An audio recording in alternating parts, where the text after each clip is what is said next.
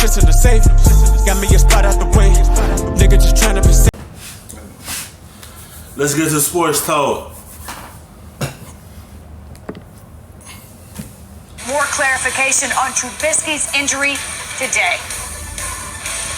It sucks. I wish I could just finish out with my guys, but they made a call that they felt was best for the team. You got to support that and just got to be 100% to be out there with your team, and I just couldn't do that. He has a right hip pointer. It happened on the sack at the end of the second quarter. There's nothing but pure honesty in all this. I mean, it's literally everything that I just told you, conversation-wise. Every decision that was made, it had zero to do with his play. Zero. It was completely based off of the injury that he had last night and where he's at.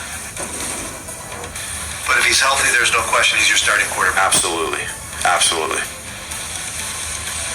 Well, Matt Nagy doubling down on the fact that the decision to pull Trubisky was based on the injury. It is, however, overreaction Monday, so here's where I will start. The Mitch Trubisky era is over in Chicago, Ryan. This is an overreaction. When you draft a guy where you drafted Mitchell Trubisky, and he does have some promising moments in his second year, I don't believe teams just move on from him. And obviously, Matt Nagy wasn't the head coach when he was picked, but he's a guy who has been charged or who was brought there because they expected to see some of that Andy Reid magic that we've seen with so many different quarterbacks. Now, it hasn't looked good. He hasn't progressed. He's actually regressed a bit this season. But when you look at this team and what they feel like they haven't played well all around. Right. There hasn't been a running game. This defense hasn't been dominant since Akeem Nicks is going out. And so there's a lot of things going wrong with this team. And I just can't see them today. That's why you can't put everything on Mitch Trubisky. The defense haven't played well because they missing one of their pieces. Hicks been out for a number of games. So that defense had a setback. But they played good against the Rams last night. That gave up, 17 points against the Rams, even though they ain't scored any more points after that.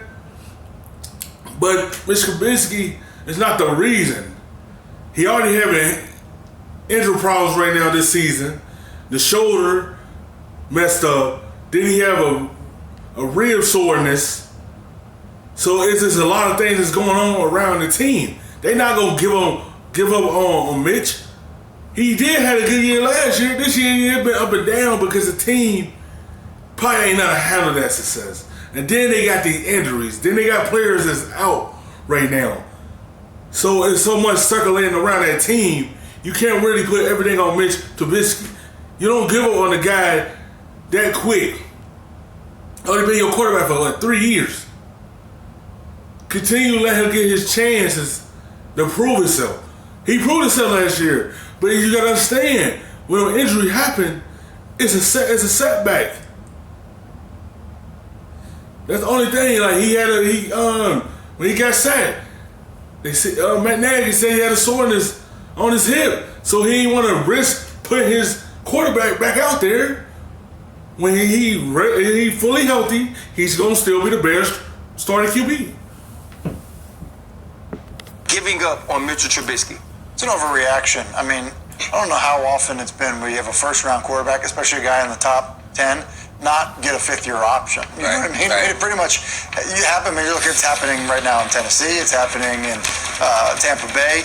The era is not over. This is the guy's second year as a starter. There's been a full-time starter. There's been, there's been a coaching change in his time in Chicago, and so I just think that. To think that it's going to be smooth sailing for him just because it's smooth sailing for other guys that were also in that draft, is somewhat unfair to Mr. Trubisky. And oh, by the way, it's not like it's all been horrible. Right. Now, does he need to play better? Absolutely, he needs to play better. But I think this idea that every time he has a bad game, Bears fans or other people are going to say, you know what, he can't play, time to move on.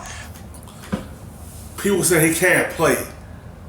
They don't be on that field seeing defensive linemen be in your face, or they chasing you.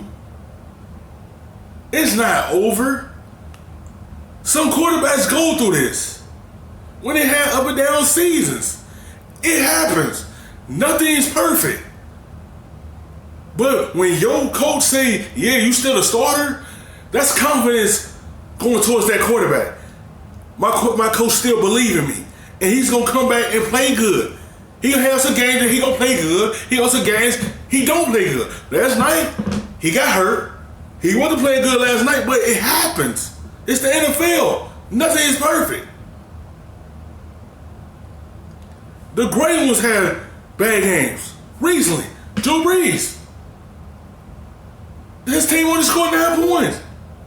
And he one of the best quarterbacks in the league. He didn't have his good game.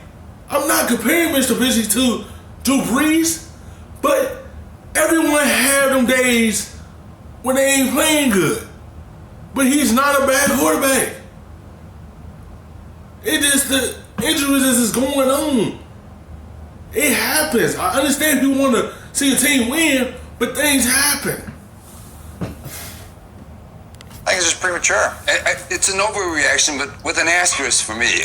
I'm glad that Matt Nagy cleared some things up today, because after the game last night, it didn't sound credible. And the way it looked on the sidelines when he was pulled, it looked like it was more related to his performance. And the way Trubisky reacted on the sidelines. I mean, okay, he had a hip pointer. I mean, you tell me an NFL player who's 100% healthy. Right. And now, it probably impacted his performance. And I agree with that. Joints hurt, man. They're so bad, though. Yeah, but okay. No, I'm not saying you're wrong. I'm just actually just thinking out loud. The joint hurts. It hurts. Yeah, listen, I understand that, but here's what when I see what happened last night, and it's kind of like the back and forth this year, and he's had the shoulder injury and all that type of stuff. An era. What defines an era? Is that 10 years? Is that 15 years? His rookie deal is kind of... His time in Chicago as starting quarterback is the way It's not over with his rookie deal. Yeah. But beyond that, I think there's questions. When you look at last night, the only thing that had me believe that it wasn't necessarily about the play was it wasn't like Chase Daniel was going to come in there and do anything to change the outcome of that game. 3.5 minutes. It wasn't like they were going to try to find a way to win the game by taking Mitchell Trubisky out. I know the other thing, when you look at kind of like the feelings about that, players, especially now, we know for sure he pays attention, right? He doesn't want TVs on. He doesn't want people. He knows how it looks if he doesn't finish that game. When Matt Nagy comes over to him and tells him, hey, man, your hip's kind of hurting. We want to pull you. He knows what it's going to look like. See, what everyone sees that he's sitting on the sideline, see Chase Daniels come in, people going to assume, oh, it's over. They don't want it anymore. No. You got to wait and see what's the reason why he was sitting on the sideline. Don't jump to conclusions and think, oh, his era's over. It had to be something why they had to sit on the sideline. I was looking last night, what's going on? Is Mitch okay? Why change Daniels in? It had to be something wrong with him, and his coach cleared it up.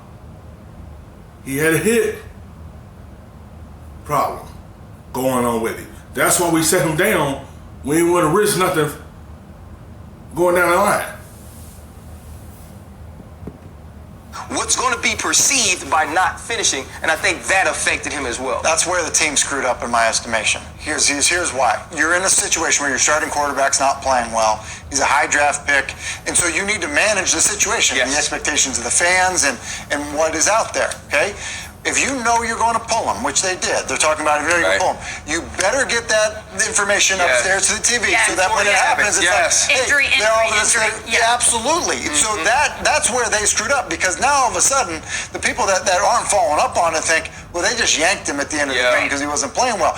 You need to be more aware of that than if you're the New England Patriots. If Tom Brady comes out of the game and Jarrett Stidham goes in, no one thinks it's performance related. I say that all the time.